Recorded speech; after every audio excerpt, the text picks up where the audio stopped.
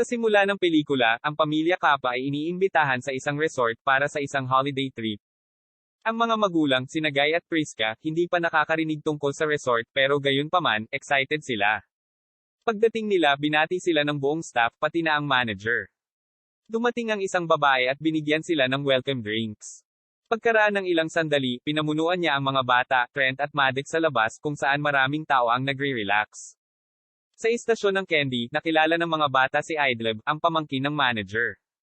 Nakipagkaibigan kaagad sa kanya si Trent at nagsimulang tuklasin ng dalawa ang lugar. Samantala, si Maddox at ang kanyang mga magulang ay nagsusuot ng kanilang mga bathing suit at nagsasaya sa beach. Sa unang tingin parang ang pamilya ay malapit nang magkaroon ng oras ng kanilang buhay. Gayunpaman, hindi nila alam na sila ay nasa parang isang impyerno ng isang horror ride. Kinaumagahan, ipinakilala kami sa iba pang mga pamilya sa almusal. Si Charles, isang kilalang surgeon, ay sumama sa kanyang ina, si Agnes, ang kanyang asawa, si Crystal, at ang kanilang 6 na taong gulang na anak na babae, si Cara. Pagkatapos ay ang mag-asawang Carmichael na binubuo ni na Jeren at Patricia. Ang huli ay dumaranas ng epilepsy, na kadalasang nagiging sanhi ng kanyang mga seizure. Kahit ngayon sa almusal, nakakaranas siya ng marahas na seizure, ngunit sa kabutihang palad, ang surgeon, na si Charles, ay tinutulungan siyang bumangon. Samantala, nilapitan ng manager ng resort ang pamilya Kappa, at sinabi sa kanila ang tungkol sa isang magandang beach na nasa 5 kilometro lamang mula rito. Binanggit din niya na nakapag-ayos na siya ng sasakyan, at iba pang kailangan para sa kanilang biyahe. Naguguluhan sina Guy at Priska kung bakit sila tinatrato na parang royalty. Gayunpaman, sumasang-ayon sila. Hindi nagtagal, sumakay ang pamilya sa bus at naghanda para sa kanilang biyahe. Sa kanilang pagkadismaya, sumali rin si Chris at ang kanyang pamilya na ginagawang hindi masyadong eksklesibo ang paglalakbay. Pagkaraan ng ilang sandali, dumaan sila sa isang gate na malinaw na nagsasabing off-limits. Wala sa mga bisita ang nakapansin nito dahil masyado silang abala sa sarili nilang mga gawain. Nang makarating sila sa dulo ng kalsada, ibinaba sila ng driver at itinuro sa direksyon ng dalampasigan. Hindi man lang siya nag-abala na i-escort sila doon o bitbitin ang kanilang mga gamit. Bago umalis, binanggit niya na sasanduan niya sila ng 5 p.m. Sa susunod na eksena, ang grupo ay patuloy na naglalakad sa kagubatan at sa isang makitid na yumib. Mula doon, sa wakas ay nakarating sila sa dalampasigan. Ito ay isang ganap na nakamamanghang lugar tulad ng ipinangako ng manager ng resort. Walang pag-aaksaya ng oras, ang magkabilang pamilya ay nagsimulang mag-unpack ng kanilang mga gamit, hanggang sa mapansin nila ang isang malungkot na mukhang lalaki na nakaupo sa malapit. Siya ay ipinahayag na isang sikat na rapper, na pinangalan ng mid-sized sedan. Agad siyang nakilala ni Maddox at sinubukang kunin ang kanyang autograph, ngunit sinabihan siya ng kanyang ama na iwanan siya. Pagkaraan ng ilang sandali, naglalaro ang 3 bata at nakahanap ng maraming bagay na nakabaon sa buhangin. Karamihan sa mga ito ay mga laruan, habang ang ilan ay iba pang mga bagay na karaniwang dinadala ng isa sa dalampasigan. Lalong nagiging kakaiba dito. Ang beach ay hindi naglalaman ng kahit isang isda o kahit na maliliit na mollusk. Samantala, si Trent bilang isang mausisa na bata ay lumalangoy mag-isa. Sumisaboy siya sa maliliit na alon at nagsasaya hanggang sa isang bangkay ang lumulutang patungo sa kanya. Sa takot, sumigaw siya para humingi ng tulong at agad na dumating ang mga matatanda upang iligtas siya. Ang bangkay ay dinadala sa pampang at ang siruhano na si Charles deduces na siya ay nalunod kamakailan lamang. Pagkatapos ay iginiit niya na pinatay siya ng mid-sized sedan dahil walang ibang tao sa dalampasigan nang dumating sila.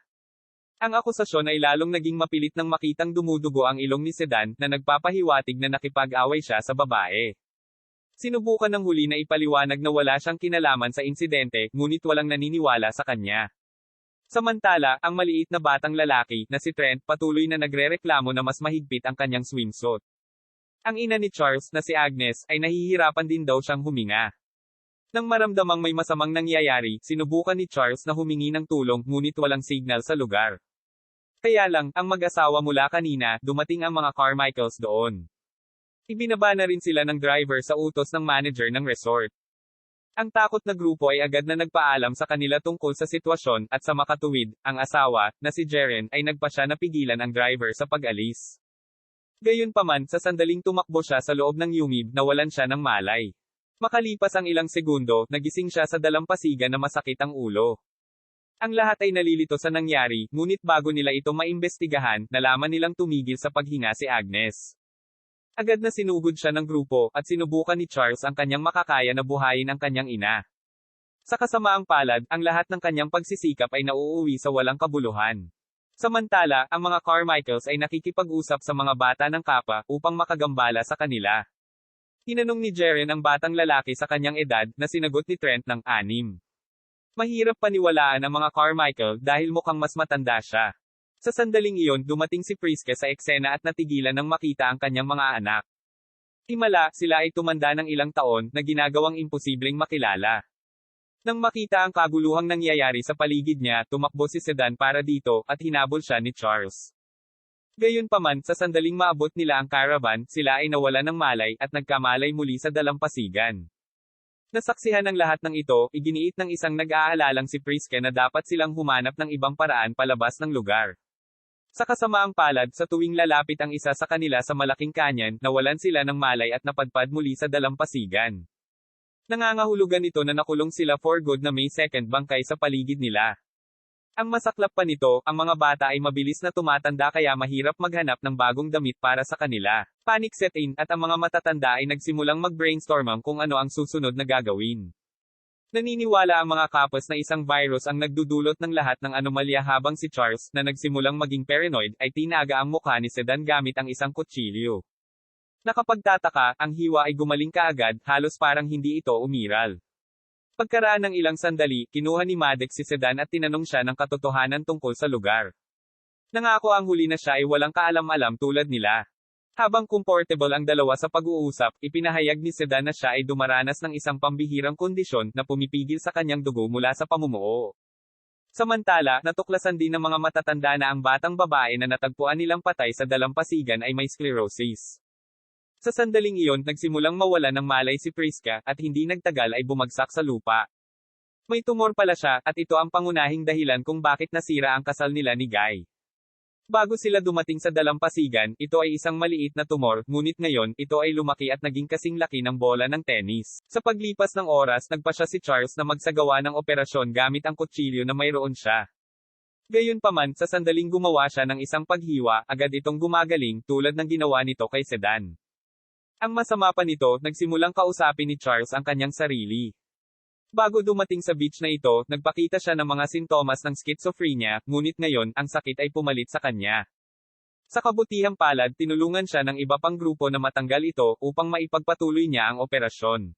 Pagkatapos ay gumawa si Charles ng isa pang hiwa malapit sa tiyan ni Priska, at sa pagkakataong ito, lahat ay humawak sa butas upang hindi ito gumaling.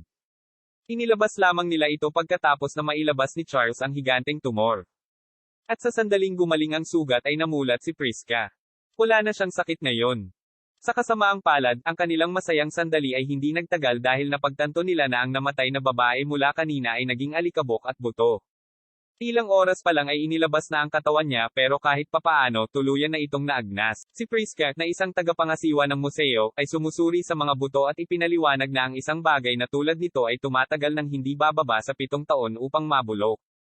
Ito ay kapag ang grupo sa wakas ay napagtanto na ang oras ay gumagalaw ng mas mabilis sa beach na ito. Eksaktong kinakalkula ito ni Priska at napagpasyahan na ang kalahating oras dito ay katumbas ng isang buong taon sa buhay ng tao. Sa ibang lugar, ang mga bata, nakikita sina Trent at Cara na kumakain sa natitirang pagkain. Pagbalik nila, laking gulat ng lahat nang makita silang lahat ay malalaki na. Hindi lang iyon, mabigat na buntis si Cara sa isang anak. Napagtanto na maaari siyang manganak anumang oras sa lalong madaling panahon, inihiga siya ni Charles at ng iba pa at naghanda upang mailabas ang sanggol. Gusto rin ni Crystal na makasama ang kanyang anak, ngunit nahimiti ito dahil sa pagkabalisa. Nang magising siya, nalaman niyang nanganak na si Cara, ngunit patay na ito. Napakabilis ng oras para sa sanggol na hindi man lang ito nagkaroon ng pagkakataon na ubusin ang pagkain at buuin ang kanyang mga kalamnan. Tinitingnan ni Trent ang lahat ng ito at nalilito, dahil sa kabila ng pagiging matanda na, parang 6 na taong gulang pa rin ang tingin niya.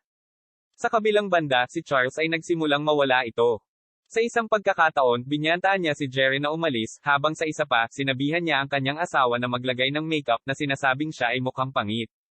Sa kalaunan ay lumampas si Charles sa limitasyon nang makuha niya ang sedan at paulit-ulit siyang sinaksak ng kutsilyo. Ang kawawang rapper ay hindi man lang nagkakaroon ng pagkakataong gumaling dahil sa kanyang kondisyon na pumipigil sa pamumuo ng dugo.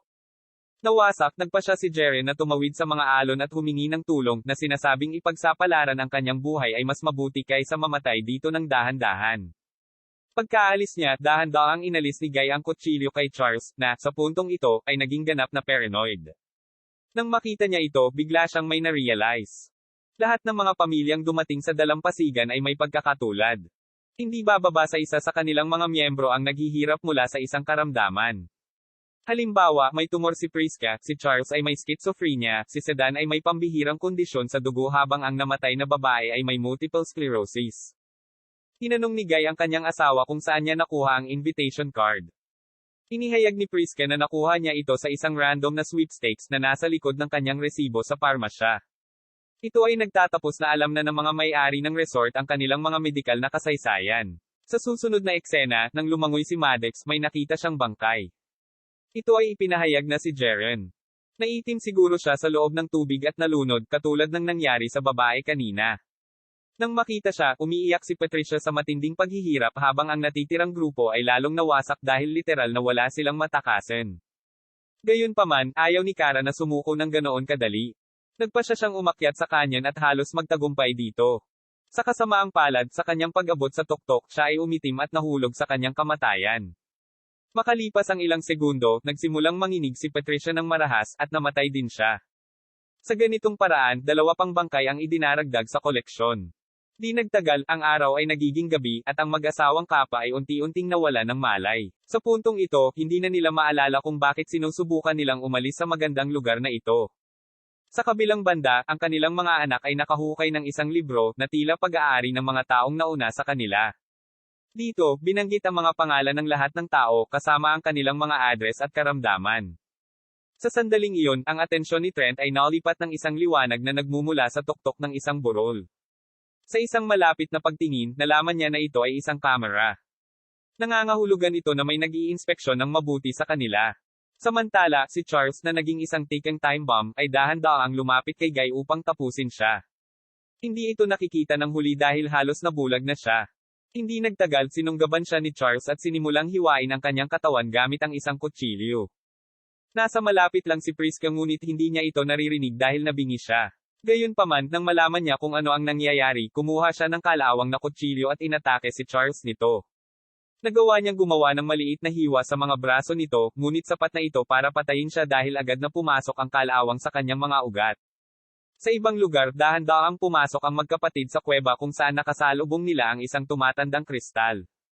Ayaw niyang may makakita sa kanyang nakakatakot na mukha kaya sinubukan niyang patayin ang mga bata gamit ang mga bato. Gayunpaman, kapag sinubukan niyang kunin ang isang malaki, nabali ang kanyang mga buto. Agad itong gumaling, ngunit sa maling direksyon, nagpapangit sa kanya. Hindi nagtagal, namatay si Crystal sa isang masakit na kamatayan. Matapos ang lahat ng kaguluhan, ang pamilyang Kappa na lamang ang nakatayo. Nag-regroup sila malapit sa beach sa huling pagkakataon at emosyonal na sinabi ni Guy na mahal niya ang kanyang pamilya. Pagkasabi nito, siya ay pumanaw. Malapit na ring sumuko si Priska sa kanyang katandaan. Ang mga bata ay nabalisa, dahil wala ang kanilang mga magulang, sila ay walang magawa. Kinaumagahan, gumising sila sa kanilang late 40s. Dahil alam nilang haantong din sila tulad ng kanilang mga magulang, nagpasya sina Trent at Maddox na gugulin ang nalalabi nilang oras sa paglalaro. Nagsimula silang gumawa ng mga sandcastle at dito naalala ni Trent na ang pamangkin ng manager ng resort, Idleb, ay nagbigay sa kanya ng isang palaisipan upang lutesin. Dahil marami silang oras, inilabas ni Trent ang puzzle at kalaunan ay na-decipher ito. May nakasulat na hindi gusto ng tiyuhin ko ang coral. Sa mensaheng ito, napagtanto ng magkapatid na nasa mga corale ang lahat ng sagot sa kanilang mga katanungan. Sa makatuwid nang hindi nag-aaksaya ng anumang oras, sumisid sila sa tubig at tumungo sa mga corale. Hindi nagtagal, nakatagpo sila ng isang lagusan sa ilalim ng tubig at habang sinusubukan nilang lampasan ito, ang damit ni Maddox ay naipit sa isang piraso ng coral. Ang eksena ay pagkatapos ay pinutol sa isang lalaki, pinagmamasdan ang dalampasigan mula sa mga burol. Siya ay walang iba kundi ang driver na nagpalaglag ng mga pamilya doon. Matapos makumpirma na patay na ang lahat, tinawagan niya ang kanyang amo at sinabihan siya tungkol sa sitwasyon. Pagkatapos, inayos niya ang kanyang mga gamit at umalis. Kasunod nito, dinala kami sa isang lab kung saan ang ilang kilalang siyentipiko ay nagsasaliksik ng iba't ibang mga gamot. Naroon din ang manager ng resort, at sinasabi niya sa lahat na tapos na ang trial 73. Pinaalalahanan din niya na dahil sa dalampasigan na ito, milyon-milyong buhay ang kanilang nailigtas gamit ang kanilang mga gamot.